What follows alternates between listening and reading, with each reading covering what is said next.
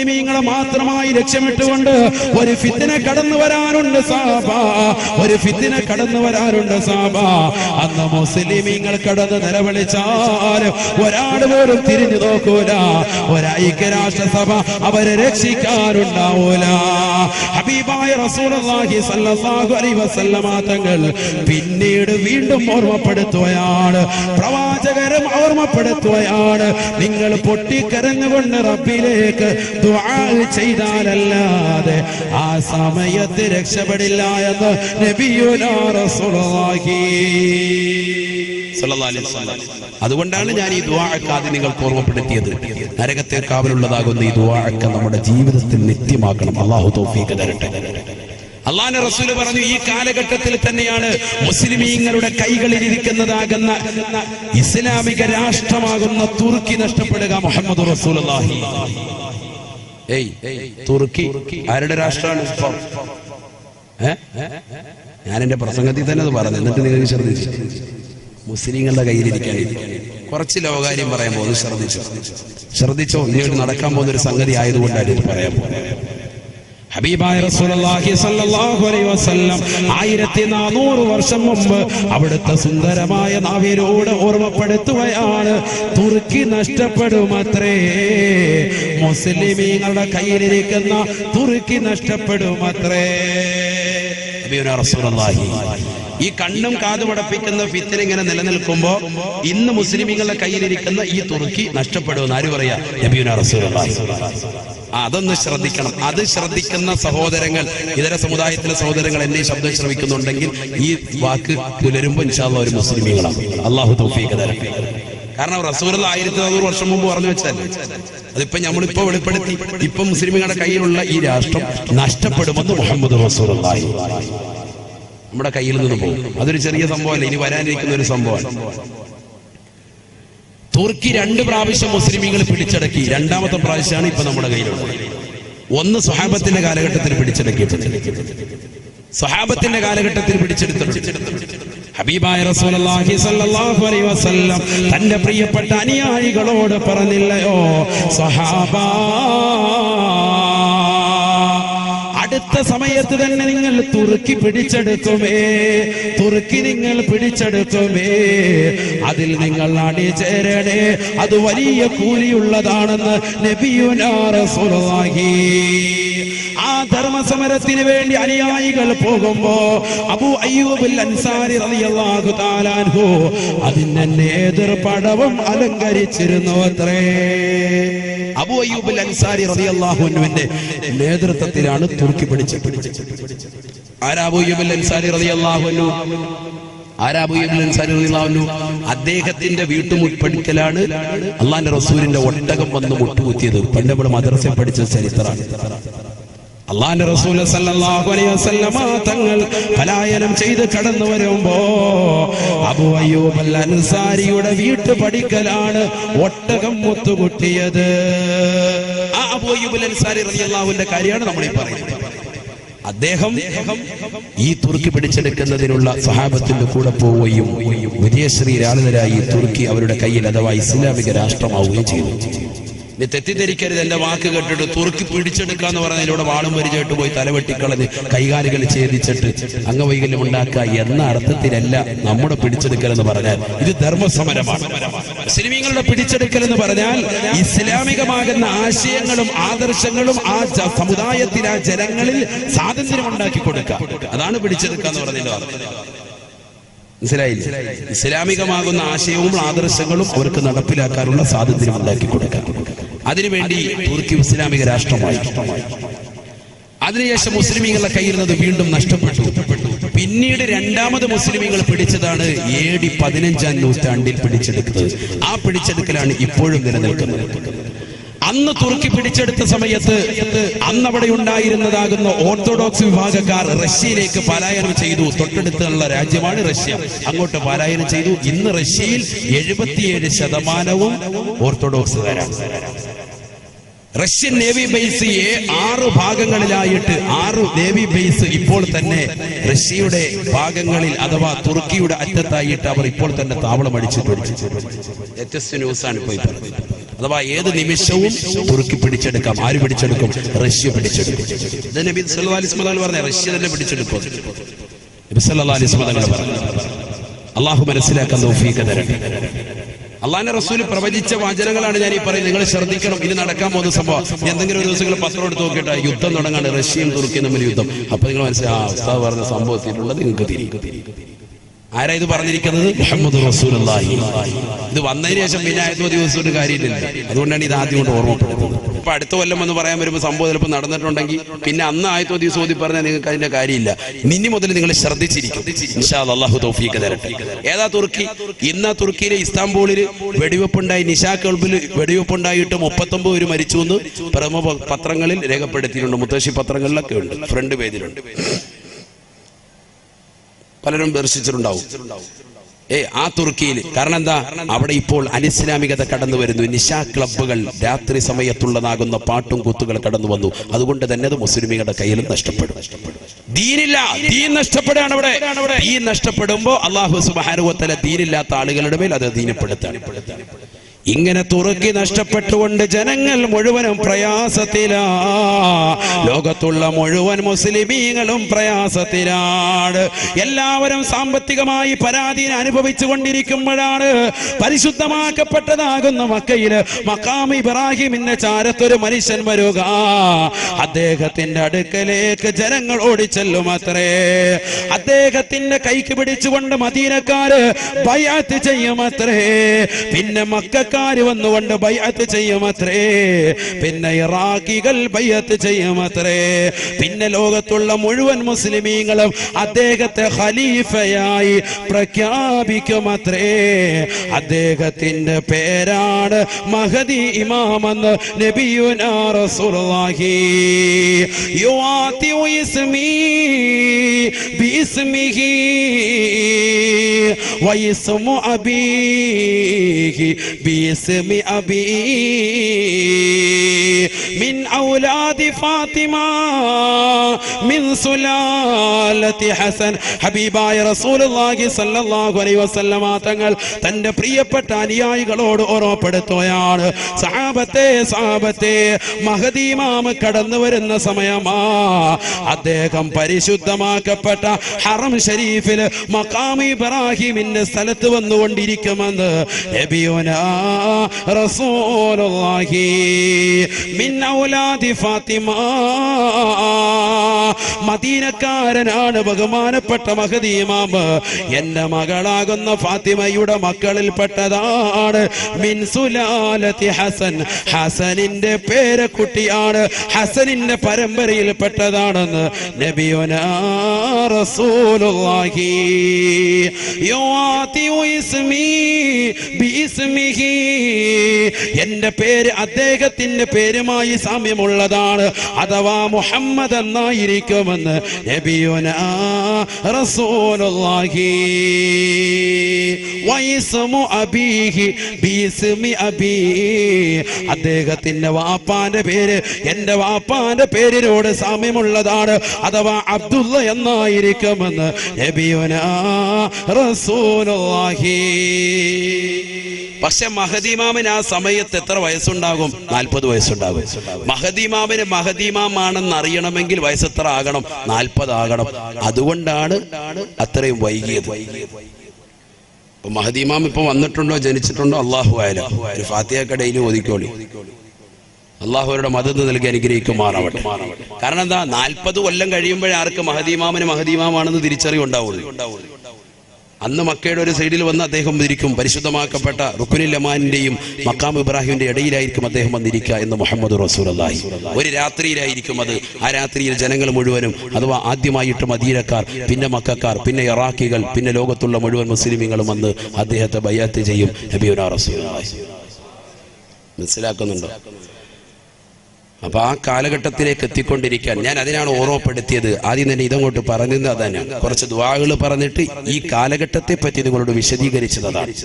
ഹബീബായ റസൂലുള്ളാഹി സ്വല്ലല്ലാഹു അലൈഹി വസല്ലം അല്ലാഹുവിന്റെ റസൂൽ പറയുകയാ, ലാ യൻജു മിൻഹാ ഇല്ലാ മൻ നജാ കദുആഇൽ ഗരീഖി ഫിൽ ബഹരി. സമുദ്രത്തിൽ അകപ്പെട്ടതാകുന്ന മനുഷ്യൻ ഇഖ്ലാസോടുകൂടി നിഷ്കളങ്കതയോടുകൂടി അല്ലാതെ പറയൂല എന്നെ രക്ഷിക്കണേ രക്ഷിക്കണേ എന്ന്. നീന്തലറിയാത്തവൻ നിഷ്കളങ്കതയോടുകൂടി പറയൂല. ആ നിഷ്കളങ്കതയായിരിക്കണം നിങ്ങളുടെ ദുആയിൽ ഉണ്ടാവേണ്ടതെന്ന് നബിയുനാ റസൂലുള്ളാഹി. ഇന്ന് മുസ്ലിമീങ്ങളാകുന്ന നമുക്ക് പ്രാർത്ഥിക്കാൻ എവിടുന്നാണ് സമയം? ദുആയില്ല, ദുആയില്ല. നമസ്കാരങ്ങൾക്ക് ശേഷമുള്ള പ്രാർത്ഥനകൾ നമ്മൾ അവഗണിച്ചില്ലയോ? ഹബീബായ നബി തങ്ങൾ ഓർമ്മപ്പെടുത്തിയില്ലയോ? സഹാബത്തെ സഹാബത്തെ സലാസു ദഅവാതിൻ മുസ്തജാബ, 3 പ്രാർത്ഥനകൾക്ക് വല്ലാതെ ഉത്തരം ലഭിക്കുന്നതാ. 3 പ്രാർത്ഥനകൾക്ക് വല്ലാത്ത ഉത്തരം ലഭിക്കുന്നതാണ്. അതിലൊന്ന് പ്രവാചകൻ ഓർമ്മപ്പെടുത്തിയത് ഫീ ദുബരി കുല്ലി സ്വലാത്ത്, എല്ലാ നമസ്കാരങ്ങൾക്ക് പിറകെയുള്ള ഉടനെയുള്ള പ്രാർത്ഥനയാ. അതിന് ഉത്തരമുണ്ടെന്ന് നബിയുനാ റസൂലുള്ളാഹി. അല്ലാഹു തൗഫീഖ് തരട്ടെ, അല്ലാഹു തൗഫീഖ് തരട്ടെ. നരകം എന്ന് പറയുന്നത് അത്രമേൽ പ്രധാനമായ സംഗതി കൊണ്ടാണ് രാവിലെ മുതൽ പ്രഭാതം മുതൽക്ക് അവന്റെ ദുആ നരകത്തെ തൊട്ട് കാവൽ തേടാനുള്ള കാര്യം. അത്രമേൽ പ്രധാനമായ സംഗതി. ബക്കറ്റ് പിരിവില്ലേ? ബക്കറ്റ് എല്ലാവരും നൽകി ലാസ്റ്റ് ദിവസമല്ലേ, അതുകൊണ്ട് ഇൻഷാ അല്ലാഹ് എല്ലാവരും കാര്യമായിട്ട് അല്ലാഹു തൗഫീഖ് നൽകട്ടെ. നമ്മുടെ സ്വതക്കെ അല്ലാഹു സ്വീകരിക്കുമാറാവട്ടെ, കബൂലാക്കുമാറാവട്ടെ. എല്ലാ വിഷമങ്ങളും പ്രയാസങ്ങളും അല്ലാഹു നീക്കി തരട്ടെ. അപകടങ്ങളെ തൊട്ട് ദുരിതങ്ങളെ തൊട്ട് വിപത്തുകളെ തൊട്ട് അല്ലാഹു കാത്ത് രക്ഷിക്കട്ടെ. ബിസ്മില്ലാഹിർ റഹ്മാനിർ റഹീം. വേഗം കൊടുക്കും. ബിസ്മില്ലാ. എല്ലാ സഹോദരങ്ങളും സഹോദരിമാരും ഇന്ന് ലാസ്റ്റ് ദിവസം കൊണ്ട് നിങ്ങളൊക്കെ കാര്യമായിട്ട് എല്ലാവരും സഹകരിക്കും ഇൻഷാ അല്ലാഹ്. ഇന്നലെ വരെ 50 ഇട്ടവർ ഇന്ന് മാറ്റി പിടിക്കും, 100 ആക്കി ഇൻഷാ അല്ലാഹ്. സാമ്പത്തിക ഭദ്രത നൽകും ഇൻഷാ അല്ലാഹ്. അല്ലാഹു തൗഫീഖ് തരട്ടെ. അതിനുള്ള ദിക്ർ ഞാൻ നിങ്ങൾക്ക് നൽകിയിട്ടുണ്ട്, ലാ ഹൗല. അത് എത്ര ചെല്ലാവോ അത്രയും നിങ്ങൾ വർദ്ധിപ്പിക്കുക. അല്ലാഹു നമുക്ക് സാമ്പത്തിക ഭദ്രത നൽകി അനുഗ്രഹിക്കുമാറാവട്ടെ. ഹലാലായ സാമ്പത്തികം അല്ലാഹു നൽകി അനുഗ്രഹിക്കട്ടെ. നല്ല വീട് അല്ലാഹു നമുക്ക് നൽകി അനുഗ്രഹിക്കട്ടെ. നമ്മുടെ മക്കളെ അല്ലാഹു സാലിഹ്യങ്ങൾ ഉൾപ്പെടുത്തട്ടെ, ആബിദീങ്ങൾ ഉൾപ്പെടുത്തട്ടെ. എല്ലാ വിഷമങ്ങളും പ്രയാസങ്ങളും അല്ലാഹു നീക്കി തരട്ടെ. ഏത് നിയ്യത്തുകൾ വെച്ചുകൊണ്ട് നമ്മൾ ഇടുന്നോ ആ നിയ്യത്തുകളൊക്കെ അല്ലാഹു സാധൂകരിച്ചു തരട്ടെ. നമ്മുടെ രോഗങ്ങൾ അല്ലാഹു പരിപൂർണ്ണ ശമനമാക്കട്ടെ. ക്യാൻസർ എന്ന് പറയുന്ന മാരകമായ രോഗത്തിന് അടിമപ്പെട്ടുകൊണ്ടാണ് നമ്മുടെ ഈ നാട്ടിലുള്ള ഒരുപാട് സഹോദര സഹോദരിമാർ. അല്ലാഹു പരിപൂർണമായി രോഗശമനം നൽകി അനുഗ്രഹിക്കുമാറാവട്ടെ. ആഫിയത്ത് അല്ലാഹു നൽകി അനുഗ്രഹിക്കുമാറാവട്ടെ. എല്ലാ വിഷമങ്ങളും പ്രയാസങ്ങളും അല്ലാഹു നീക്കി തരട്ടെ. ഇൻഷാ അല്ലാഹ് എല്ലാവരും കാര്യമായി സഹകരിക്കും. നരകം അത്രമേൽ പ്രധാനമായ സംഗതി ആയതുകൊണ്ടാണ് അതിനെ ഇത്രത്തോളം ദുആകൾ ഉലമാക്കൾ രേഖപ്പെടുത്തിയിട്ടുള്ളത്. പരിശുദ്ധ തിരുനബി മുഹമ്മദ് റസൂലുള്ളാഹി സ്വല്ലല്ലാഹി അലൈഹി വസല്ലം തങ്ങൾ പഠിപ്പിച്ചിട്ടുണ്ട്.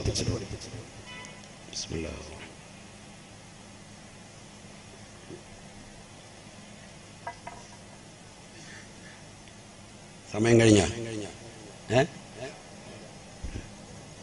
എത്ര നേരമായി? ഇപ്പൊ തുടങ്ങിയിട്ട് എത്രയായി? 1.5 മണിക്കൂറായി. നിങ്ങൾ സമയം പോയത് അറിഞ്ഞ ഇല്ല? അതാണ് 1.5 മണിക്കൂർ എന്ന് പറഞ്ഞാൽ വളരെ കൂടുതലാ. +2 പീരീഡ് ഏകദേശം എത്രയാണ്? +2 എത്രയാ? 1 മണിക്കൂർ പീരീഡ് എത്ര മണിക്കൂറാ? അത് ഞങ്ങൾ സ്കൂളിൽ പോയിട്ട് വേണ്ട ഞങ്ങളോട് പോയി. +2 പീരീഡ് എത്രയാണ്? 1 മണിക്കൂർ, 1 ഹവർ അല്ലേ? 1 മണിക്കൂറാണ്. 1/2 മണിക്കൂർ അല്ലെങ്കിൽ 3/4 മണിക്കൂർ, ഇതൊക്കെയാണ് ചെറിയ ചെറിയ ക്ലാസ്സുകളിലൊക്കെ പീരീഡ്. എന്താ അങ്ങനെ വെക്കാൻ കാരണം? ഈ 3/4 മണിക്കൂർ കൂടുതൽ അല്ലെങ്കിൽ 1 മണിക്കൂർ കൂടുതൽ ഒരു സാറിന് പോലും ഒരാളെ പിടിച്ചിരുത്താൻ, ഒരു കുട്ടിയെ പിടിച്ചിരുത്താൻ, പഠിക്കാൻ വേണ്ടി വന്ന കുട്ടിയെ പോലും പിടിച്ചിരുത്താൻ പറ്റൂല. മനസ്സിലായില്ല? അവനെ ശ്രദ്ധ പിടിച്ചിരുത്തണമെന്ന് വെച്ചിട്ട് പാടാണ്. അതുകൊണ്ടാണ് അങ്ങനെ വെച്ചത്. അപ്പം നമ്മൾ ഭയങ്കരമായിട്ട് ചില സാറുമാർ കയറി വരുമ്പോൾ, ചില ടീച്ചർമാരെ കയറി വരുമ്പോൾ നമ്മൾ ദുആയിരക്കും, പടച്ചോനെ ഈ കടുംപെട്ടാണ് വന്നത്, ഇവരെങ്ങനെയെങ്കിലും ഒന്ന് ഒഴിവാക്കി തന്നെ. റഹ്മാനെ യാസീനൊക്കെ ഓതി, മാലിക് ബിൻ ദീനാർ റളിയല്ലാഹു അൻഹു യാസീനൊക്കെ ഓതിയിട്ട് ഇങ്ങനെ ഇരിക്കാൻ. അപ്പോൾ ഈ ടീച്ചർ ഇറങ്ങിപ്പോയി അല്ലേ? 1 മണിക്കൂർ ആകുമ്പോഴത്തേക്ക് ഇവർ ഇറങ്ങിപ്പോയി. പോയിട്ടുണ്ട്. ഇവർ സയൻസാണ് പഠിപ്പിച്ചുകൊണ്ടിരുന്നത്. പിന്നെയും കയറി വന്നേക്കാം വീണ്ടും. ഇതെന്താ?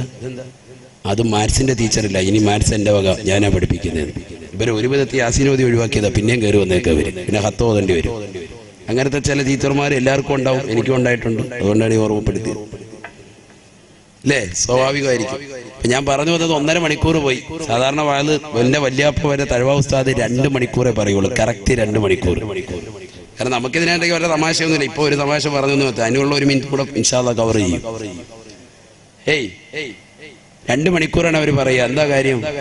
ആ 2 മണിക്കൂർ മുഴുവൻ ആയത്തും ഹദീസും ഖുർആനും ചരിത്രം മാത്രമേ ഉള്ളൂ, വേറെ ഒന്നും ഉണ്ടാവില്ല. കോമഡി പറയാനുണ്ടാവൂല, പാട്ടുപാടി സമയം കളയൂല, ഖുർആനും ഹദീസ് ഓതിയിട്ട് അങ്ങനെ പോകും. അള്ളാഹു നമുക്ക് തൗഫീഖ് നൽകട്ടെ, അള്ളാഹു തൗഫീഖ് നൽകട്ടെ. എല്ലാവരും ഇങ്ങനെ ആകാംക്ഷയോടെ നോക്കിയിരിക്കും. അള്ളാഹുവെ നിർത്തല്ലേ എന്ന് പറഞ്ഞ് ഇങ്ങനെ നിൽക്കുമ്പോൾ തഴ ഉസ്താദ് ഒറ്റ നിർത്തല. 2 മണിക്കൂർ ആകുമ്പോൾ മൂപ്പരുടെ കയ്യിൽ വാച്ചുണ്ടെങ്കിലും മൂപ്പർ അതിലേക്ക് നോക്കൂല. 2 മണിക്കൂർ ആകുമ്പോൾ കറക്റ്റ് കറാമത്തുണ്ടെങ്കിൽ നിർത്തും. എല്ലാവരും ഓർക്കും അള്ളാഹ് അപ്പോൾ പറയും നാളെ ഇൻഷാ അല്ലാഹ് പിറ്റേന്ന്. പിന്നെ അവർ ദിവസങ്ങളോളം ഡേറ്റ് കൊടുത്തിട്ട് 65 ദിവസം കോഴിക്കോട് കുറ്റിച്ചിറ വാത് പറഞ്ഞിട്ടുണ്ട്. 65 ദിവസം. ഒരുപക്ഷെ കേരളത്തിൽ അങ്ങനെ ഒരു മതപ്രഭാഷണം നടത്തിയ ഒരാളും ഉണ്ടാവൂല. ഒരു സ്ഥലത്ത് തന്നെ 65 ദിവസം ഒരു വിഷയത്തെ ആസ്പദമാക്കി പ്രഭാഷണം നടത്തുക. എന്നിട്ട് അവരോട് പറയാം അടുത്ത വർഷം ഇൻഷാ അല്ലാഹ് ഈ വിഷയം തീർന്നിട്ടില്ല, 2 മാസത്തേക്ക് ഡേറ്റ് തരാം. ചിന്തിച്ചോ? ഇങ്ങനത്തെ ആലിമീങ്ങൾ അവരുടെ ഇൽമ് അള്ളാഹു അത് നമുക്ക് നൽകി അനുഗ്രഹിക്കുമാറാവട്ടെ. അവരുടെ തണൽ അള്ളാഹു നമുക്ക് നൽകി അനുഗ്രഹിക്കട്ടെ. അങ്ങനെയുള്ള മഹത്തുക്കളൊക്കെ നമുക്ക് മുമ്പേ നടന്നു പോയിട്ടുണ്ട്. അതുകൊണ്ട് ഇൻഷാ അല്ലാഹ് ശ്രദ്ധിക്കും. കുറച്ചേരം നമുക്ക് സദസ്സ് മുന്നോട്ട് പോകും. അള്ളാഹു തൗഫീഖ് തരട്ടെ. നല്ലൊരു ദുആയിരുന്നു പിരിയണം നമുക്ക് ഇൻഷാ അല്ലാഹ്. അള്ളാഹു തൗഫീഖ് തരട്ടെ. ഹബീബായ റസൂലുള്ളാഹി സല്ലല്ലാഹു അലൈഹി വസല്ലമ തങ്ങളും തന്റെ പ്രിയപ്പെട്ട അനുയായികളും ഇരിക്കുമ്പോൾ നരകത്തെക്കുറിച്ച് പ്രവാചകർ സല്ലല്ലാഹു അലൈഹി വസല്ലമ തങ്ങൾ അനുയായികൾക്ക് ക്ലാസ് എടുത്തുകൊണ്ടിരിക്കുകയാണ്. അങ്ങനെ ക്ലാസ് എടുത്തുകൊണ്ടിരിക്കുന്ന സന്ദർഭത്തിൽ ഒരു ഭീമാകാരമാകുന്ന ശബ്ദം കേട്ടു. എല്ലാവരും കേട്ടു, സഹാബത്ത് ഉൾപ്പെടെ കേട്ടു എന്നാണ് ചരിത്രം. നബി സല്ലല്ലാഹു അലൈഹി വസല്ലമ തങ്ങൾ ചോദിച്ചു അത്രേ, അതദറൂന മാ ഹാദാ, അതദറൂന മാ ഹാദാ. സഹാബത്തെ എന്താണ് ഈ ശബ്ദമെന്ന് നിങ്ങൾക്കറിയുമോ സാബ? ഈ ശബ്ദം എന്തിന്റെയാണെന്ന് നിങ്ങൾക്കറിയുമോ സാബ? സഹാബത്തുടനെ അല്ലാഹുവിന്റെ റസൂലിനോട് പറഞ്ഞു, ലാ യാ റസൂലല്ലാഹ്, നബിയേ ഞങ്ങൾക്കറിയൂല നബിയേ. അവിടുന്ന് പറഞ്ഞു തന്നാലും നബിയേ. ഹബീബായ റസൂലുള്ളാഹി സല്ലല്ലാഹു അലൈഹി വസല്ലമ തങ്ങൾ പറഞ്ഞു അത്രേ, അള്ളാഹുവിന്റെ റസൂല് പറയുകയാണ്, അല്ലാഹു സുബ്ഹാനഹു വ തആല ഈ നരകം പടച്ചല്ലോ, ആ നരകത്തിന്റെ അഴിയിലേക്കൊരു കല്ല് ഇപ്പോഴാണ് പോയി വീണത്. നരകത്തെ പടച്ചതാകുന്ന സന്ദർഭത്തിൽ നരകത്തിന്റെ ആഴിയിലേക്ക് ഇട്ടതാകുന്ന ഒരു കല്ല് അതിപ്പോഴാണ് നരകത്തിന്റെ അടിത്തട്ടിൽ ചെന്ന് വീണത്. അതിന്റെ ശബ്ദമാണ് നിങ്ങൾ കേട്ടതെന്ന് കളവ് പറയാത്ത ഹബീബ് റസൂലുള്ളാഹി സല്ലല്ലാഹു അലൈഹി വസല്ലം. ഇപ്പൊ നിങ്ങൾ കേട്ട ഈ ശബ്ദം ആ കല്ല് ചെന്ന് നരകത്തിന്റെ ഏറ്റവും താഴെ പതിച്ചതിന്റെ ശബ്ദമാണെന്ന് നബിയുനാ റസൂലുള്ളാഹി. അപ്പൊ അതിന്റെ ആഴമാണ് പറയുന്നത്. അതിന്റെ ആഴം, നരകത്തിന്റെ ആഴം ചിന്തിച്ചു നോക്ക്. നരകത്തെ പടച്ചിട്ട് ആ നരകത്തിലേക്ക് വീണ കല്ല് നബി സല്ലല്ലാഹു അലൈഹി വസല്ലം തങ്ങളുടെ കാലഘട്ടത്തിൽ അള്ളാഹുവിന്റെ റസൂൽ അനുയായികളുമായിട്ട് ഇരിക്കുമ്പോൾ കേട്ട ശബ്ദം കേട്ടപ്പോൾ നബി പറയാൻ, മാ തദറൂന മാ ഹാദാ, ഇതെന്താണ് നിങ്ങൾക്കറിയുമോ? സഹാബത്ത് പറഞ്ഞു, ഞങ്ങൾക്കറിയില്ല, അല്ലാഹു റസൂലുഹു അഅലം, അള്ളാഹുവിനെ റസൂലിനെ അറിയാം. ഉടനെ നബി തങ്ങൾ പറഞ്ഞത്, ഇതാണ് ഒരു കല്ല് അള്ളാഹു നരകത്തെ പടച്ച സമയത്ത് ഇട്ടതാണ്. ആ കല്ല് ഇപ്പോഴാണ് അതിന്റെ താഴെ ചെന്ന് പതിക്കുന്നതെന്ന് മുഹമ്മദ് റസൂലുള്ളാഹി. അല്ലാഹു നരകത്തെ തൊട്ട് കാത്തിരക്ഷിക്കുമാറാവട്ടെ. ഹബീബായ റസൂലുള്ളാഹി സല്ലല്ലാഹു അലൈഹി വസല്ലമ തങ്ങൾ പറഞ്ഞു, ആ നരകം ഹറാമാക്കിയതാകുന്ന ആളുകൾ 3 എണ്ണമാണ്. നരകത്തെ നമ്മുടെ കണ്ണുകൊണ്ട് കാണിക്കരുതെന്ന് എപ്പോഴും ദുആ ഇരക്കണം. നരകത്തെ കണ്ണുകൊണ്ട് കാണിക്കരുതെന്ന് ദുആ ഇരക്കണം. നരകത്തെ നാളെ മഹ്ശറിൽ കാണും. ആ രംഗം ഞാൻ കഴിഞ്ഞ പ്രാവശ്യം പറഞ്ഞാണ്, അതിന്റെ CD കേട്ടവരുണ്ട്. അതുകൊണ്ട് ഞാൻ അതിലേക്ക് പോകുന്നില്ല. മഹ്ശറിലേക്ക് വരുന്ന നരകത്തിന്റെ കോലവും കെട്ടിവലിച്ചുകൊണ്ട് വരുന്നതാകുന്ന രംഗങ്ങളും ഒക്കെ കഴിഞ്ഞ പ്രാവശ്യം വിശദീകരിച്ചതാണ്. ആ നരകത്തെ തൊട്ട് കാണാതെ രക്ഷപ്പെടുന്നത് 3 കണ്ണുകളാണെന്ന് മുഹമ്മദ് റസൂലുള്ളാഹി. അഥവാ അവർ നരകത്തിൽ പ്രവേശിക്കൂല എന്ന് ഹബീബ് റസൂലുള്ളാഹി. ഖാല റസൂലുള്ളാഹി സ്വല്ലല്ലാഹു അലൈഹി വസല്ലം, സലാസുൻ ലാ തറാ അയ്യുനുഹും അന്നാർ. 3 കൂട്ടർ അവർ നരകത്തെ കാണൂല സാബ, അഥവാ അവർ നരകത്തിൽ പ്രവേശിക്കുകയില്ല സാബ, അവർ നരകത്തിൽ കടക്കുകയില്ല സാബ. ആ 3 കൂട്ടർ ആരാണ്? അവരെ നമ്മൾ വിശദീകരിക്കാൻ ഈ സദസ്സിലൂടെ. ആരൊക്കെയാണ്? 1, ഹബീബായ റസൂലുള്ളാഹി സ്വല്ലല്ലാഹു അലൈഹി വസല്ലം അല്ലാഹുവിന്റെ റസൂൽ ആദ്യമായി പറഞ്ഞത്, ഐനുൻ ഗല്ലത്ത് അൻ മഹാരിമില്ലാഹ്, ഐനുൻ ഗളത് അൻ മഹാരിമില്ലാ,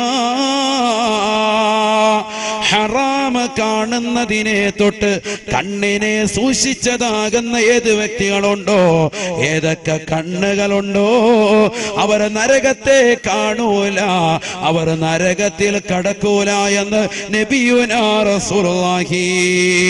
അല്ലാഹുവേ, ഞങ്ങളെ അത്തരത്തിൽ ഉൾപ്പെടുത്തണേ അല്ലാ.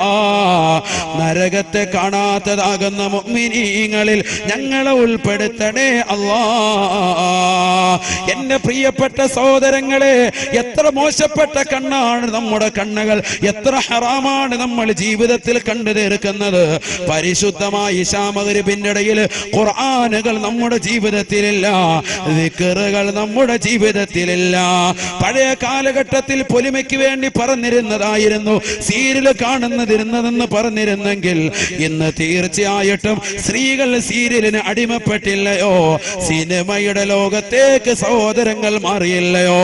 ജിയോ സിം ഇറങ്ങിയത് മുതൽ എല്ലാ ദിവസവും യൂട്യൂബിലൂടെ പ്രഭാഷണങ്ങൾ ഡൗൺലോഡ് ചെയ്യുന്നത് കേൾക്കേണ്ടതിന് പകരം എല്ലാ ദിവസവും സിനിമ ഡൗൺലോഡ് ചെയ്തുകൊണ്ട് കണ്ടു തീർക്കുന്ന ചെറുപ്പക്കാരില്ലയോ, യുവാക്കളില്ലയോ? എത്ര ജിയോ സിമ്മാണ് ഈ നാട്ടിലുള്ള സഹോദരങ്ങൾ വാങ്ങിയത്? എത്ര സഹോദരങ്ങളാണ് അശ്ലീലമാകുന്ന സിനിമകൾ കാണുന്നത്?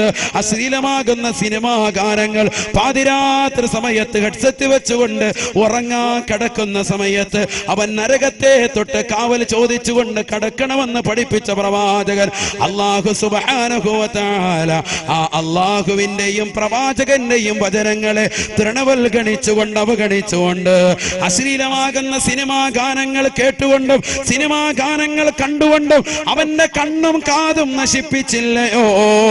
നരകത്തെ വിലക്ക് വാങ്ങുകയല്ലയോ? നരകത്തെ വിലക്ക് വാങ്ങുകയല്ലയോ? എത്രയോ സഹോദരങ്ങളാണ്, എത്രയോ സഹോദരിമാരാണ് കാമുകന്മാരുമായി ബൈക്കിന്റെ പിന്നാമ്പുറത്ത് അഴീക്കോടിന്റെ ബീച്ച് വരാന്തയിലൂടെ കറങ്ങി നടക്കുന്നില്ലയോ? പരിശുദ്ധമാക്കപ്പെട്ട ദിക്റിന്റെ മജ്‌ലിസുകളെ, വാദിന്റെ മജ്‌ലിസുകളെ തൃണവൽഗണിച്ചില്ലയോ? ഹബീബായ നബി തങ്ങൾ ഓർമ്മപ്പെടുത്തുകയാണ്, സ്വഹാബാ സ്വഹാബാ ലാ തുസ്കിനൂഹുന്ന ഫിൽ ഗുറഫാ.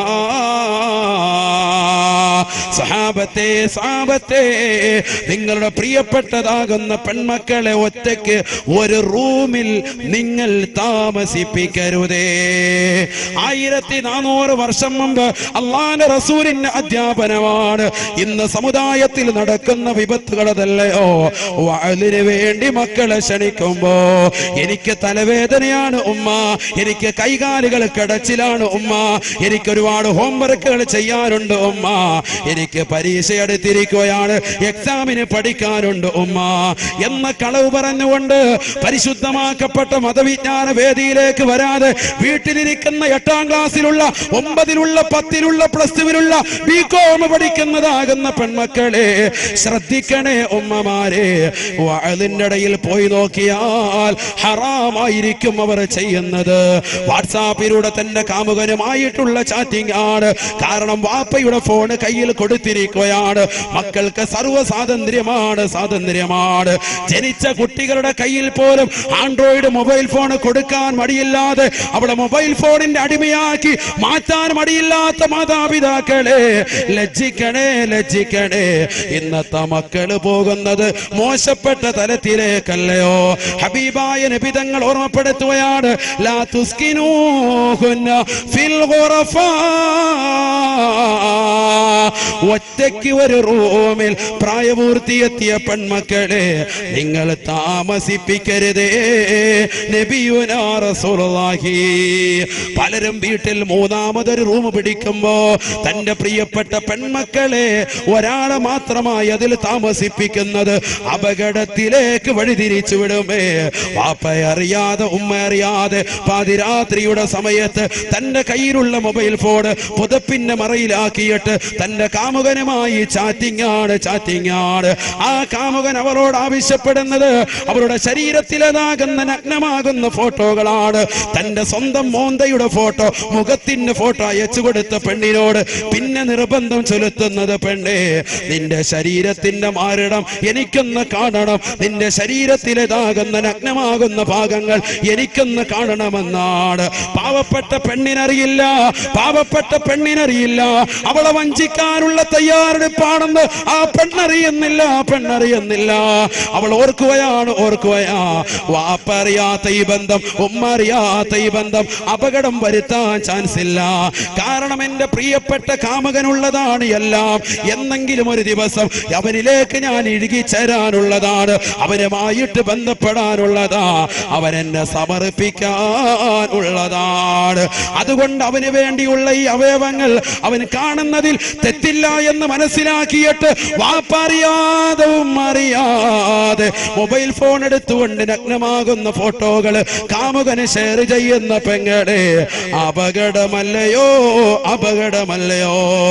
ആ കാമുകൻ പിന്നീട് ആ ഫോട്ടോ മോർഫിംഗ് ചെയ്തിട്ട് നിന്റെ നഗ്നമാകുന്ന ഫോട്ടോകൾ ഫേസ്ബുക്കിൽ അപ്ലോഡ് ചെയ്യും, യൂട്യൂബിൽ ഇടുമെന്ന് പറയുമ്പോ അത് ജനങ്ങൾ കണ്ട് വൈറലാകുമെന്ന് അറിയിക്കുമ്പോ ഈ പാവപ്പെട്ട പെൺകുട്ടി വശംവദയാവുകയാണ്. എവിടെയാണ് ഞാൻ വരേണ്ടത്? ഏത് സ്ഥലത്താണ് ഞാൻ വരേണ്ടത്? എന്ത് ഹോട്ടലിലാണ് ഞാൻ വരേണ്ടത്? ഏത് മോട്ടലിലാണ് ഞാൻ വരേണ്ടത്? ഏത് ബീച്ച് റോഡിലാണ് ഞാൻ വരേണ്ടത്? എവിടെ വേണമെങ്കിലും വരാമെന്ന് പറഞ്ഞുകൊണ്ട് ആ പാവപ്പെട്ട മുസ്ലിം പെണ്ണ് ഇറങ്ങി പോവുകയല്ലയോ? ഇത് പറയാനുള്ള കാരണം എന്താണ്? ഇന്നലെ ഈ വാഴ നടക്കുന്ന ഇതേ സദസ്സിൽ വെച്ചുകൊണ്ട് തന്നെ എന്റെ പ്രിയപ്പെട്ട സഹോദരങ്ങളെ, തൊട്ടപ്പുറത്തുള്ളതാകുന്ന സ്ഥലത്ത് വെച്ചുകൊണ്ട് പർദ്ദ ധരിച്ചതാകുന്ന ഒരു പച്ച മനുഷ്യനെ ഇന്നലെ പിടിച്ചു അത്രേ. ഇന്നലെ ഒരു പുരുഷനെ പിടിച്ചു അത്രേ. അവൻ പർദ്ദ ധരിച്ചുകൊണ്ട് കടന്നു വന്നവനാ. ചിന്തിക്കണേ, എന്തിനു വേണ്ടിയാണ് അവനെ പിടിച്ചു നിർത്തി ചോദിച്ചപ്പോ അവൻ വെളിപ്പെടുത്തുകയാ, ഈ വഅ്ള് കേൾക്കാൻ വന്ന ഒരു പെണ്ണുമായി ഞാൻ ഇഷ്ടത്തിലാണ്, അവളുമായി ഒളിച്ചോടാനുള്ള തയ്യാറെടുപ്പാണ് ഞങ്ങൾ നടത്തുന്നതെന്ന് പറയുമ്പോ അഴീക്കോടുള്ള ഉപ്പ ജാഗരൂകരാകണേ, ശ്രദ്ധിക്കണേ. നമ്മുടെ മക്കളെ കഴുകന്മാര് കൊത്തിക്കൊണ്ടുപോകാൻ, റാഞ്ചിക്കൊണ്ടുപോകാൻ പരിന്തിന്റെ മക്കൾ വന്നുകൊണ്ട് നിൽക്കുകയാണ്. ഇതര സമുദായത്തിലെ സഹോദരങ്ങളോടൊപ്പം എത്ര മുസ്ലിം സഹോദരിമാരാണ് ഓടിപ്പോയത്? മതമൈത്രിയും മതസ്നേഹവും നമുക്ക് വേണം. അത് നിലനിൽക്കുന്ന നാടാണ്, അത് നിലനിൽക്കാൻ പരിശ്രമിക്കുന്ന സംഘാടക സമിതിയാണിത്. അത് നിലനിർത്തിക്കൊണ്ടു പോകാൻ ഏറ്റവും കൂടുതൽ ആഗ്രഹിക്കുന്ന ഉസ്താദാണ്. എന്റെ പ്രിയപ്പെട്ട മുഅ്മിനീങ്ങളെ, ആ മതമൈത്രിയും മതസ്നേഹവും അന്യന്റേതാകുന്ന ബീജത്തുള്ളികൾ നമ്മുടെ പ്രിയപ്പെട്ട മക്കളിൽ നിക്ഷേപിച്ചിട്ടാകരുതേ. നമ്മുടെ പ്രിയപ്പെട്ടതാകുന്ന ഭാര്യയെ അവൻ അടിച്ചുകൊണ്ട് പോയിട്ടാകരുതേ. അത്തരത്തിലുള്ള സ്നേഹമോ മതമൈത്രിയോ നമുക്കാവശ്യമില്ല. ഹബീബായ നബി തങ്ങൾ തന്റെ പ്രിയപ്പെട്ട അനുയായികളോട് ഓർമ്മപ്പെടുത്തുകയാണ്, ഇയ്യാകും വൽ ജുലൂസ മഅന്നിസാ. സഹാബാ നിങ്ങൾ സൂക്ഷിക്കണേ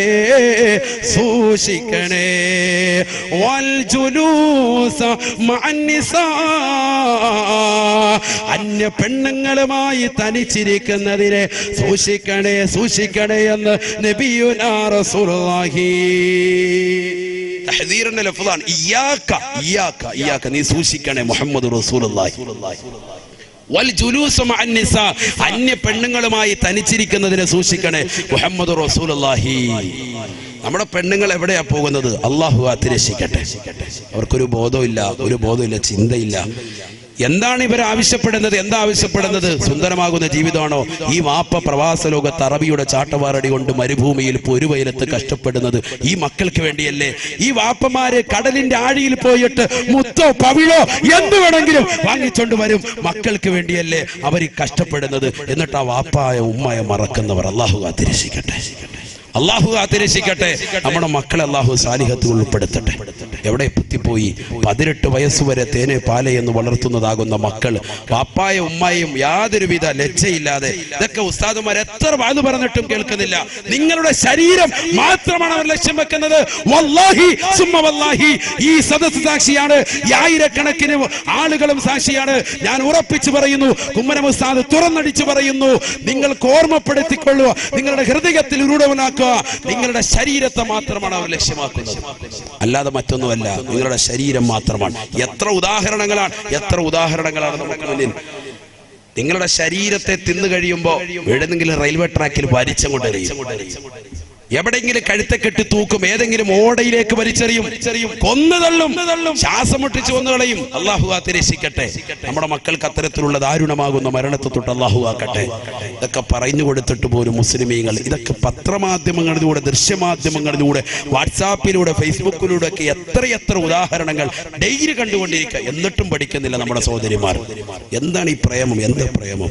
നിങ്ങളൊരു 10 സലാത്ത് റസൂലുള്ളാഹി സ്വല്ലല്ലാഹി അലൈഹി വസല്ലം തങ്ങൾക്ക് ചൊല്ലി, എന്ത് കൂലിയാണ്! ആ പ്രവാചകനെ സ്നേഹിച്ച എത്ര വലിയ സ്നേഹമാണ്. അള്ളാഹുവിനെ സ്നേഹിക്ക്, ഒരു ചാണങ്ങോട്ട് സ്നേഹിച്ചാൽ ഒരു അടി ഇങ്ങോട്ട് സ്നേഹിക്കുന്നവരല്ലേ അള്ളാഹു. ഖുദ്സിയായ ഹദീസിൽ രേഖപ്പെടുത്തിയില്ലേ, എന്താ അള്ളാഹുവിനെ സ്നേഹിച്ചാൽ? എന്തിനാ നിങ്ങൾ മറ്റുള്ളവരെ? നിങ്ങളുടെ കാര്യങ്ങൾ നടത്തി തരുന്ന റബ്ബ്, നിങ്ങളുടെ കാര്യങ്ങൾ ഏറ്റെടുക്കുന്നതാകുന്ന റബ്ബ്, റബ്ബിലേക്ക് നിങ്ങൾ കൈനീട്ടി പ്രവാചകനെ ഇതിന് അടയാളാക്കി നിങ്ങളുടെ കാര്യങ്ങൾ പറയുന്ന അള്ളാഹു തൗഫീഖ് തരട്ടെ. നിങ്ങൾ എന്തിനാ ഇങ്ങനെ പോകുന്നത്? അള്ളാഹു കാത്തിരക്ഷിക്കുമാറാവട്ടെ.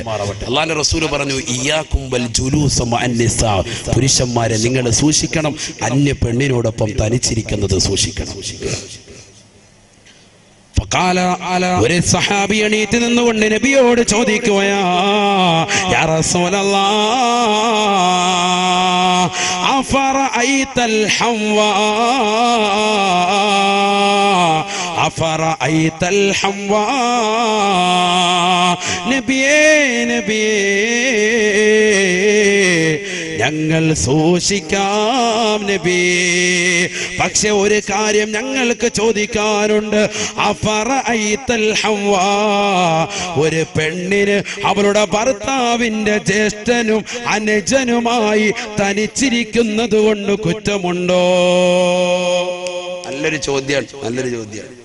ഇവിടെ ശ്രദ്ധിക്കുക, നല്ലതുപോലെ ശ്രദ്ധിക്കുക. സഹാബികൾ ചോദിച്ചു പോയി. അങ്ങനെ അള്ളാന്റെ റസൂലിന്റെ അടുക്കൽ ചോദിച്ചത് നല്ല ചോദ്യമാണ്. ഒരു കുടുംബത്തിൽ ഒന്നായിട്ട് കഴിയാണ്, ഭർത്താവിന്റെ അനുജൻ, ഭർത്താവിന്റെ ജ്യേഷ്ഠൻ, ഇവരുമായിട്ട് പെണ്ണിന്, ഭർത്താവിന്റെ ഭാര്യയ്ക്ക്, അതെ ഈ സഹോദരന്റെ ഭാര്യയ്ക്ക് തനിച്ചിരിക്കാൻ പറ്റുമോ? ഒറ്റയ്ക്കിരിക്കാൻ പറ്റുമോ? ഇതാണ് ചോദ്യം. ഒറ്റയ്ക്ക് യാത്ര ചെയ്യാൻ പറ്റുമോ? ബൈക്കിൽ, കാറിൽ, ഒറ്റയ്ക്കൊരു റൂമിൽ, വീട്ടിൽ കുഴപ്പമില്ല, ഒരു റൂമിലാണ് ഭാര്യയെങ്കിൽ പ്രശ്നമല്ല, ഒരു റൂമിൽ ഒറ്റയ്ക്ക് പറ്റുമോ? فقال النبي صلى الله عليه وسلم, അല്ലാഹുവിന്റെ റസൂൽ പറഞ്ഞു അത്രേ, അൽഹംബു അൽമൗത്, അൽഹംബു അൽമൗത്, അൽഹംബു അൽമൗത്. സഹാബാ അൽഹംബു അൽമൗത്. സ്വന്തം ഭർത്താവിന്റെ ജ്യേഷ്ഠനാകട്ടെ അനുജനാകട്ടെ അവനുമായി തനിച്ചിരിക്കാൻ പെണ്ണിന് പറ്റൂല, ഇസ്ലാം അനുവദിക്കുകയില്ല. ഇന്ന് എത്രയെത്ര ചെറുപ്പക്കാരാണ്, എത്രയെത്ര സഹോദരിമാരാണ് ഇതിൽ ശ്രദ്ധിക്കാതെ പോകുന്നവർ. സ്വന്തം ഭർത്താവിന്റെ അനുജനാണ്, ഭർത്താവിന്റെ ജ്യേഷ്ഠനാ, ഒന്നിച്ചിരുന്നു കൊണ്ട് തോളത്ത് കൈവച്ചുകൊണ്ട് യാത്ര ചെയ്യുകയല്ലയോ, ഹറാമല്ലയോ, ഹറാമല്ലയോ? പാവപ്പെട്ട ഭർത്താവ് പ്രവാസ ലോകത്താണ്, അവൾക്ക് വേണ്ടി, അവരുടെ മക്കൾക്ക് വേണ്ടി കഷ്ടപ്പെടുകയാണ്. അവൾ ഇവിടെ അനുജന്റെ കൂടെ, ജ്യേഷ്ഠന്റെ കൂടെ, അല്ലെങ്കിൽ മറ്റുള്ള സഹോദരങ്ങളുടെ കൂടെ യാത്ര നടത്തുകയാണ്. ഹറാമാണെന്ന് നബിയുനാ റസൂലുള്ളാഹി സ്വല്ലല്ലാഹി അലൈഹി വസല്ലം. ഭർത്താവിന്റെ ജ്യേഷ്ഠനും ഇതിനും എങ്ങനെ വഴിതെറ്റൂലല്ലോ? പലരും തെറ്റും. ആരായി പറയുന്നത്? നബിയുനാ റസൂലുള്ളാഹി. അല്ലാഹുവിന്റെ റസൂൽ പറ, തെറ്റും. എപ്പോഴാണ് പിശാച് ഇടയിൽ കടന്നു വരുന്നത്? നിങ്ങളുടെ മനസ്സ് ശുദ്ധമായിരിക്കും, പക്ഷെ പിശാച് ഇടയിൽ കയറിയാൽ അള്ളാഹു കാത്തിരക്ഷിക്കട്ടെ, പിന്നെ അവിടെ ഉണ്ടാകുന്ന അപകടം പറയണ്ട. അല്ലാഹുവിന്റെ റസൂൽ പറഞ്ഞില്ലേ, ഒരാണും ഒരു പെണ്ണും കൂടി തനിച്ചാൽ ഇല്ലാ വദഖല ബൈനഹുമ ശൈത്താൻ, ആ അവർക്കിടയിൽ പിശാച് പ്രവേശിക്കുമത്രേ. ഇല്ലാ വസാലിസുഹുമ ശൈത്താൻ. മറ്റൊരു റിവായത്തിൽ നബി തങ്ങൾ ഓർമ്മപ്പെടുത്തുന്നുണ്ട്, അവർക്കിടയിൽ മൂന്നാമതായി കടന്നു വരിക ഒരാണും പെണ്ണും തനിച്ചിരുന്നാൽ ഭർത്താവിന്റെയും ഭാര്യയുടെയും കാര്യമല്ല, കാമുകന്മാരായി മറ്റൊരു അന്യ പെണ്ണുമായി പരപുരുഷന്മാര് തനിച്ചിരിക്കുമ്പോ അവർക്കിടയിൽ മൂന്നാമതായി കടന്നു വരുന്നത് പിശാചായിരിക്കുമെന്ന് നബിയുനാ റസൂലുള്ളാഹി സല്ലല്ലാഹു അലൈഹി വസല്ലം. അതൊക്കെ റസൂലുള്ള പറഞ്ഞിട്ടില്ലേ, ദഅമാ യരീബുക ഇലാ മാ ലാ യരീബുക. അതുകൊണ്ടല്ലേ അള്ളാഹുവിന്റെ റസൂലിന്റെ അടുക്കൽ രണ്ട് പത്നിമാർ ഭാര്യമാര് നിൽക്കുന്ന സന്ദർഭത്തിൽ പള്ളിയുടെ ചാരത്തിരുന്നുകൊണ്ട് നബി തങ്ങൾ ഇങ്ങനെ വർത്താനം പറയുക. അപ്പൊ രണ്ട് സ്വഹാബികൾ അതിലേക്കൂടെ പോയി. നബി സല്ലല്ലാഹു അലൈഹി വസല്ലം തങ്ങളെ സഫിയ ബീവി മാത്രമാണെന്നോ ഹദീസിലുണ്ട്. അങ്ങനെ ആ ഭാര്യയോട് വർത്തമാനം പറഞ്ഞുകൊണ്ടിരിക്കുന്നു. രണ്ട് സ്വഹാബികൾ അതിലേക്കൂടെ പോയി. അള്ളാഹിന്റെ റസൂൽ ആരോട് വർത്താനം പറയുന്നുണ്ട് എന്നിവർക്ക് മനസ്സിലായി. വരുന്നാലും അങ്ങോട്ട് നടന്നങ്ങോട്ട് പോകുമ്പോൾ റസൂലുള്ള ഭാര്യയെ പറഞ്ഞു വിട്ടിട്ട് ഇവരെ രണ്ടുപേരെയും ഇങ്ങോട്ട് വിളിച്ചിട്ട് പറഞ്ഞു, സ്വഹാബത്തെ, അതാരാണ്? എന്റെ ഭാര്യ സഫിയയാണ്, എന്റെ ഭാര്യ സഫിയാൻ. സ്വഹാബത്ത് ആശ്ചര്യപ്പെട്ടു, നബിയെ, ഞങ്ങൾ അങ്ങയെ കുറിച്ച് മോശം ധരിച്ചു പോവോ? ഒരിക്കലുമില്ല, ഒരിക്കലുമില്ല. അങ്ങയെ കുറിച്ച് ഒരിക്കലും ഞങ്ങൾ മോശം ധരിക്കൂല. ഞങ്ങൾക്കറിയാം അനുവദിക്കപ്പെട്ട ഏതോ സ്ത്രീകളുമായി വർത്താനം പറയുകയാണ് ഞങ്ങൾക്ക് മനസ്സിലായി. പക്ഷെ നബി സല്ലല്ലാഹു അലൈഹി വസല്ലം തങ്ങൾ പറഞ്ഞു, അത് വേണ്ട. ഇന്ന ശൈത്താന യജ്രി മജ്റദ്ദമി. രക്തം സഞ്ചരിക്കുന്ന ഭാഗത്തിലൂടെയൊക്കെ പിശാച് നടക്കും. അതുകൊണ്ട് ഒരു തെറ്റിദ്ധാരണ വേണ്ട. അതിനാ ഞാനത് പറഞ്ഞത് എന്ന് മുഹമ്മദുർ റസൂലുള്ളാഹി. സൂക്ഷിക്കണം, നമ്മൾ സൂക്ഷിക്കണം നമ്മുടെ ജീവിതത്തിൽ. അല്ലാഹു തൗഫീഖ് നൽകട്ടെ.